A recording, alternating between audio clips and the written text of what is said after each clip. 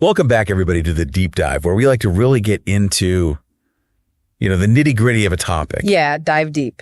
And today is no exception. We are talking about art and culture in a changing world. Yeah. Which basically means, every single day something is changing. Right. Exactly. How do we keep up? How do we keep up? How do we make sense of it all? Yeah. And is it all good? Is it all bad? Yeah. So that's kind of the mission of today. Exactly. And we've got a ton of different sources. We've got articles, we've got research, we've got some videos. Oh. So let's just jump right into it because I think it's going to be a wild ride. Sounds good. So one of the biggest things right now is obviously AI art. Oh my gosh. It's AI went from zero to Picasso in a matter of months. Yeah, it's really incredible to watch. And one of the first things we watched was a YouTube video from NFT London 2022. Okay. And they had this artist, Wolf von Lankiewicz. Okay. And he threw out this stat that AI art output is 100 times greater wow. than that of the old masters. 100 times. Think about all the paintings that Michelangelo and, Da Vinci created in their lifetimes. Yeah. AI is churning that out like it's nothing. Yeah, that's not just a little shift. That's an earthquake in the art world. Right. And so that leads to the question of what does it even mean to be an artist? Exactly. When you've got algorithms that can pump out these technically masterful pieces. Right. In seconds. Are we all going to be out of a job? Yeah, right. Are we all going to be replaced by robots? Right. And it's funny because some people have compared it to the Luddite movement. Oh, really? Back in the Industrial Revolution. Oh, okay. When workers were smashing textile machinery because they were afraid of losing their jobs. Oh, yeah. I see the parallel there for sure. Yeah. And so there are definitely some artists who see AI as a threat. Yeah. Understandable. But there are others, and von Lankiewicz is one of them, who are proposing a different perspective. Interesting. Okay. So instead of fearing the machine, what if artists became kind of like midwives to AI? Midwives to AI. Okay. Yeah, guiding its creative process. Interesting. Instead of fearing it, it's embracing it. So using their human skills to kind of shape what AI is creating. Exactly. Yeah. So it's more of a collaboration. Okay. Than I'm going to be replaced by a robot situation. I like that. It makes it a little less scary, right? Yeah. Yeah. Because I was getting a little nervous there. Yeah. And it's interesting because we actually saw some research that showed that 65% of artists are already using AI. Wow. Okay. In some way to expand their creative boundaries. So it's more like a partnership than a takeover. Exactly. Yeah. Okay. It's a tool. Right. It's not the enemy or the replacement. Okay. Yeah. That makes me feel a lot better. Good. Glad we could clear that up. Yeah, me too. Because I was starting to worry about my future there for a minute. Yeah. Right. But speaking of the future of art, is it all just, pretty pixels and algorithms or what about the deeper meaning behind it all? Well, art has always reflected the world around it, right? Right. And today's world is facing some pretty big challenges, let's be honest. Yeah, climate change, social justice issues, political turmoil. It's a lot. Yeah, it's a lot. And art is, I think, becoming even more powerful as a way to address those issues, right? To spark dialogue, to even inspire action. Right, to process it all. Exactly. Yeah. Because how else are we going to make sense of it? Right. And one of the things that we read in this article by Masha Karmanova, right, she was predicting that art is going to become even more politicized. Oh, wow. In the future and will act kind of as a call to action. Really? So a force for change? Yeah. And she mentioned this artist, Olafur Eliasson. Okay. Whose work is literally raising awareness about climate change. Interesting. He's doing these installations and yeah, it's really amazing. So it's not just pretty pictures on a wall. It's actually trying to make a difference. Exactly. Yeah. And it makes you think about how art will be viewed, in the future. Yeah. Will it just be oh, that's pretty? Or will it be wow, this is a record of how people were grappling with these really intense issues? Right, because the art reflects the time that it was created. Exactly. Yeah, and that actually ties in perfectly with, one of the big things that we talk about at Capsulora, which is preserving what matters most. Exactly. That's not just about the art itself, but the context, right, the story behind it, the impact it had on the world. The why behind the what. Exactly. Yeah. And speaking of impact, let's talk about social media. Oh my. Because that has like totally shaken things up. Oh yeah. For better or for worse, right? I mean, it's like the new gallery, isn't it? Like with millions of people scrolling through Instagram and TikTok. Like artists have this like unprecedented opportunity to reach a global audience. Right. But then the question is it all just about likes and followers? Right. Or is it about genuine creative expression? Is it losing some of its soul? Right. Exactly. Yeah. Yeah. And it's interesting because, it's a double-edged sword. It is. For sure. You get the audience, but then you're kind of beholden to these algorithms and these trends. Right. And it makes you really wonder about the future of art in this like digital age. Exactly. Especially as technology keeps evolving at this like breakneck pace. Right. And speaking of which, we can't ignore the elephant, or rather the metaverse in the room. Oh, the metaverse. There it is. Like it sounds so futuristic. Yeah. But it's already starting to shape the art world. Yeah. Like imagine immersive art experiences where the viewer becomes a participant. Okay. Like you're stepping inside these digital landscapes and interacting with art in totally new ways. So you're not just like looking at a painting on a wall. You're like, in it. Right. That's cool. Yeah. And there's this concept of like a virtual online museum of art. Really? Where you can like explore masterpieces. Oh, wow. From all over the world without leaving your couch. That sounds amazing. Yeah. Sign me up. Right. And then you have artists who are pushing the boundaries even further. Okay. Creating these hybrid spaces that blend the physical and the digital. Okay. Like I'm thinking of Lawrence Leck's exhibition No-Tell. No-Tell, right. Which is like this physical gallery that's also a virtual hotel. A virtual hotel. Existing within a video game. What? I know, talk about blurring the lines. That's crazy. Right. And it makes you wonder, like, what does this mean for traditional galleries and museums? Right. Are they going to become relics of the past? Yeah. Are they going to be like the dinosaurs of the art world? That's a good question. And I don't know if we have the answer to that yet. Right. But I do know that it's something to think about. It is. And what about the other side of that spectrum? Yeah. The traditional art forms that were around, way before the internet algorithms and metaverses. Right, like the stuff that's been around for centuries. Yeah, exactly. And we were watching this video from the Asia Society. Oh, yeah. About these incredible Japanese crafts. Yes, the lacquerware, the bunraku puppetry. Oh, yeah.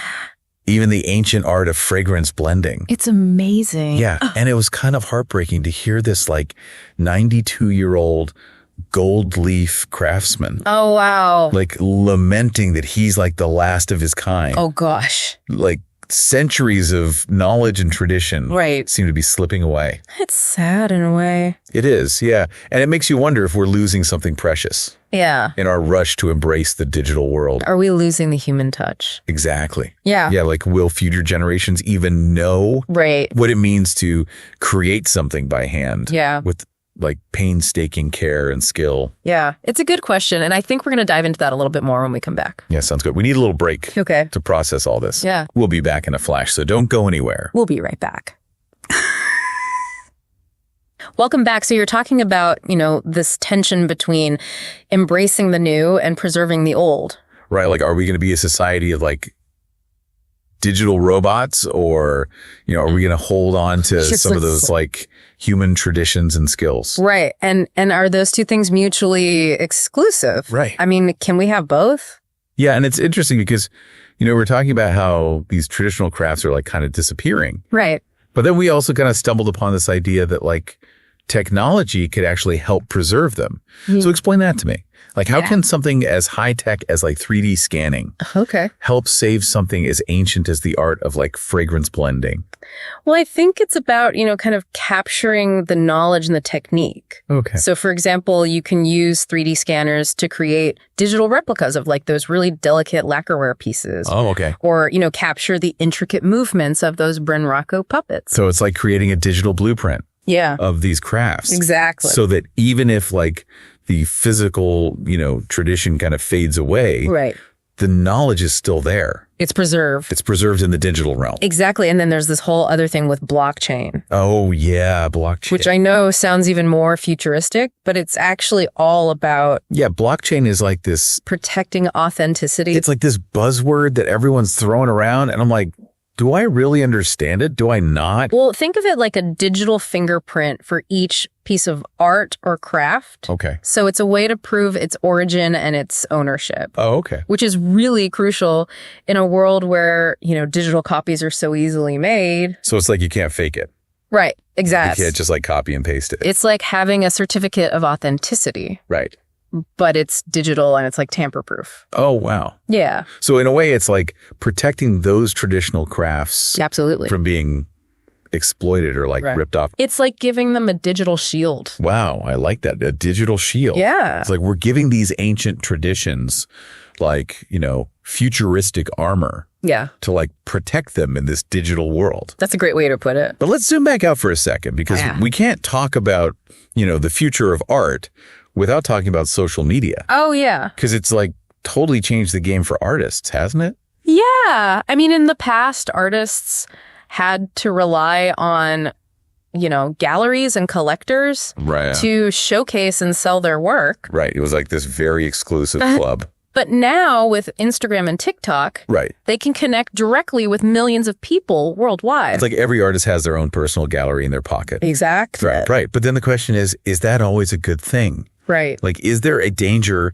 of art becoming more about like likes and followers than like genuine creative expression? Does it lose some of its integrity? Right. Like, are people just chasing trends and, trying to go viral? It's the dark side of social media. It is. Right. It's like that double-edged sword. For sure. Yeah. You get the audience, but then you're also kind of... But you're beholden to the algorithm. Exactly. Which is like a fickle beast. It is. Speaking of trends. Yeah. Like, are there any predictions about like what's the next big art movement?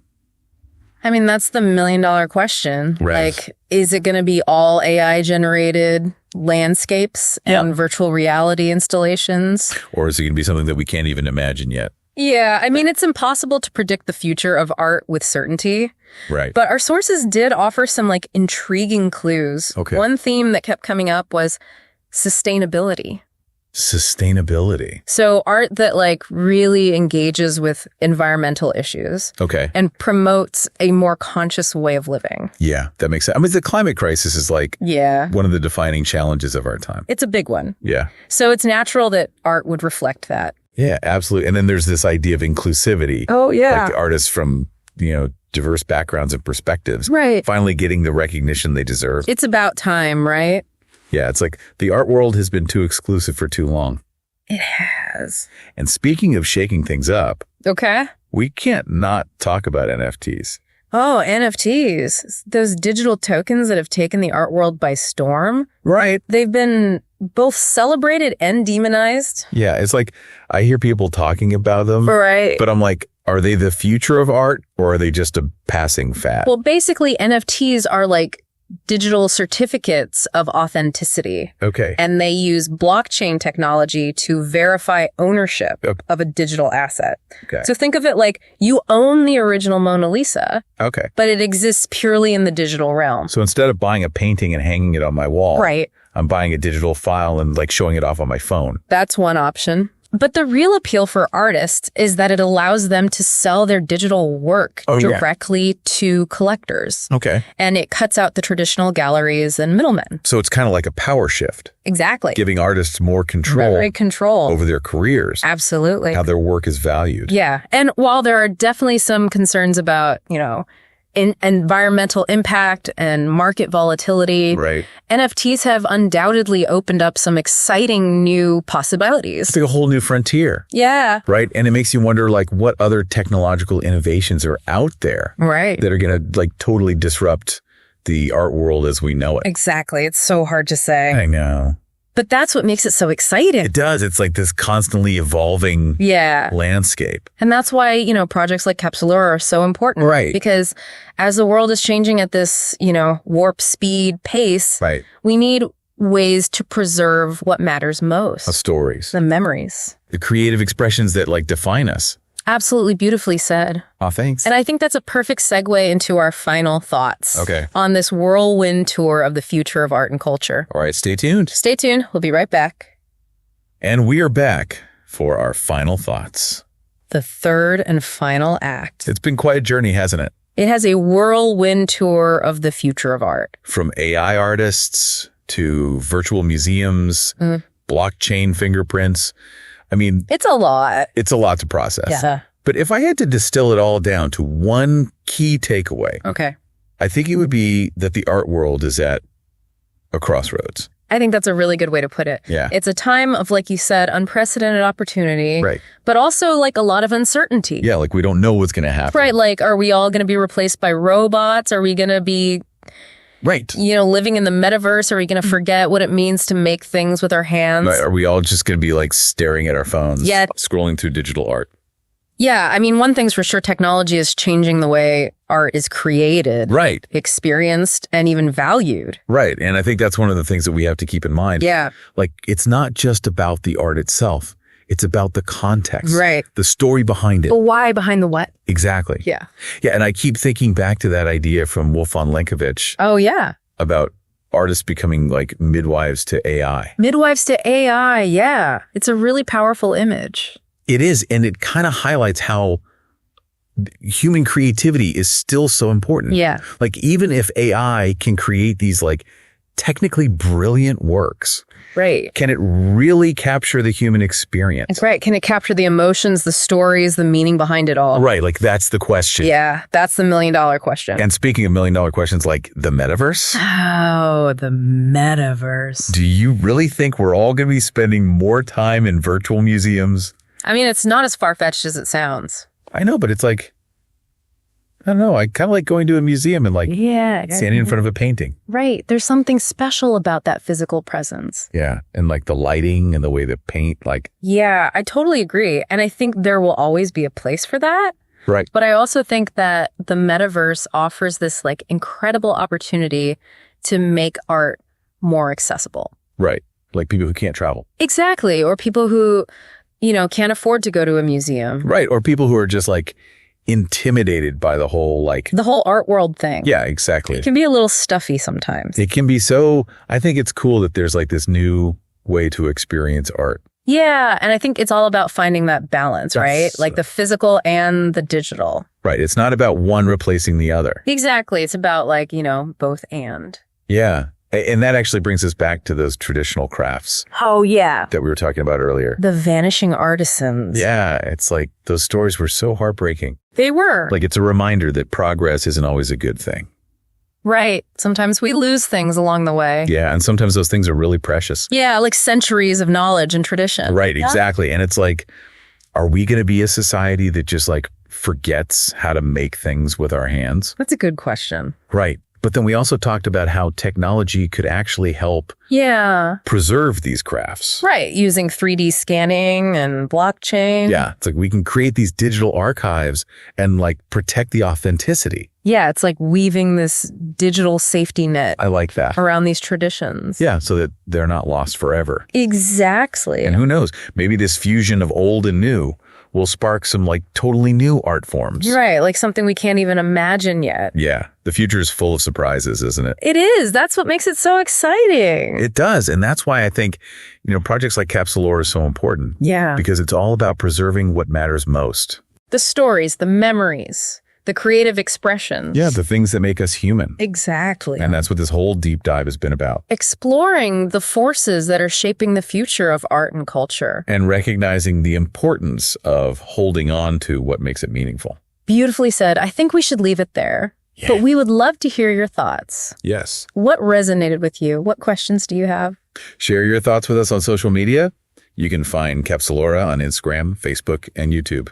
We're always eager to hear from our fellow time travelers. Because in the end, it's all for what matters most.